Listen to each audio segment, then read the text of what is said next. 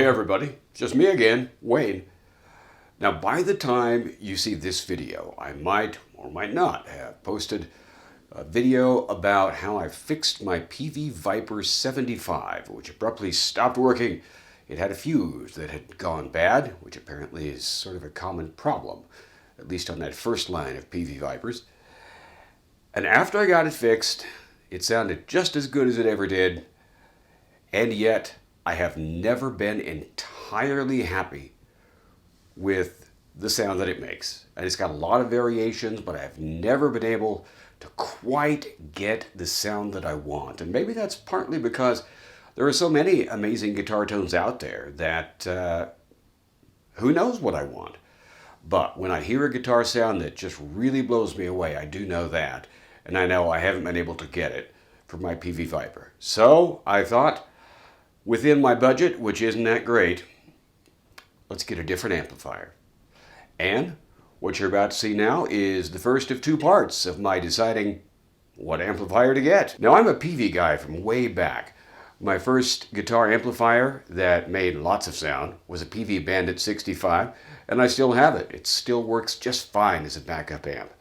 And then I went to my Peavey Vypyr 75, and in the middle there was a brief period with the Peavey Bandit 65 paired with the Marshall cabinet, and that didn't last very long, that pairing. So I thought, well, if I'm going to get a new amp, let's go to Peavey first. So I did my research and ordered me a Peavey Vypyr VIP2. Let's see how the VIP2 and the Vypyr 75 stack up against each other. Now, this isn't an amp shootout, as it were. This is just a quick demonstration. So on your right is the Peavey Vypyr 75. On your left is the much newer Peavey Vypyr VIP2. For comparison, I thought it would be most fair to set them both to emulate the same amplifier and put the tone settings and effect settings exactly the same. So, on both, the setting is at the 6505, which is Peavey's version of the 5150 amplifier that they first made for Eddie Van Halen. No effects, not even any reverb or delay. Pre-gain is all the way up. Post-gain is at about 9 o'clock. Lows are all the way up. Mids all the way down. Highs at about the 3 o'clock position. And I'm using the master volume to equalize the volume between the two amplifiers. So, here is how the same chord progression and just a little bit of lead work, very little because I suck at it, sounds on each of these amplifiers. We'll start with the Vypyr 75.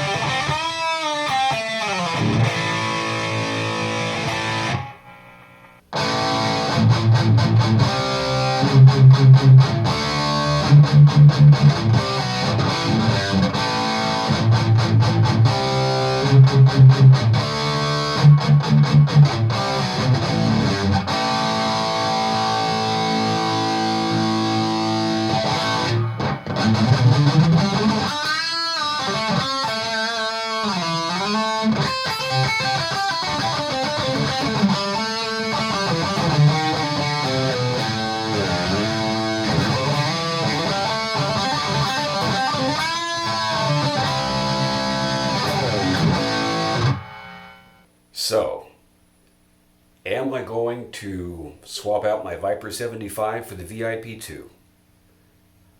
No, I'm not.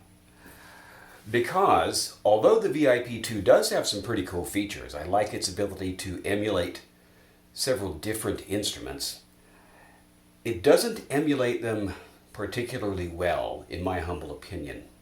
Also, while the different amplifier models that the VIP2 imitates, while the imitations sound, I think, a little more genuine than they do on the Vypyr 75. On the whole, I don't think that the VIP2 necessarily sounds better than the Vypyr 75.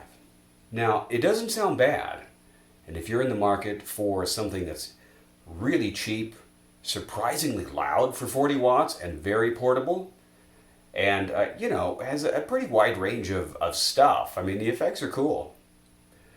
You couldn't hardly go wrong with the VIP2. But although I do hear a difference in the sound between the two amplifiers, and I've played on them a lot more than just the little sample that we've done here, I hear a difference in the sound, but it's more of a quantitative difference than a qualitative difference.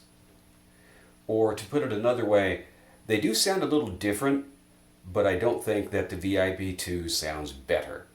It doesn't sound better on enough different amplifier models that, to me, it's a reasonable jump to go from one Vypyr to another.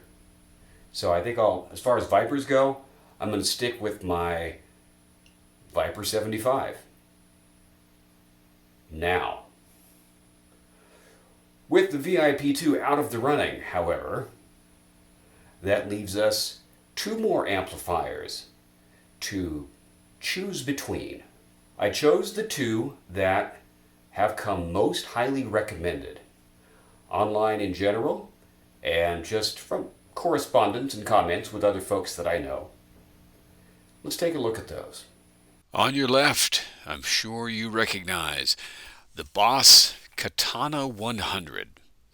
On your right, the Blackstar ID Core 100. These are the two amplifiers that we're going to examine next in the next video, so please come back for that.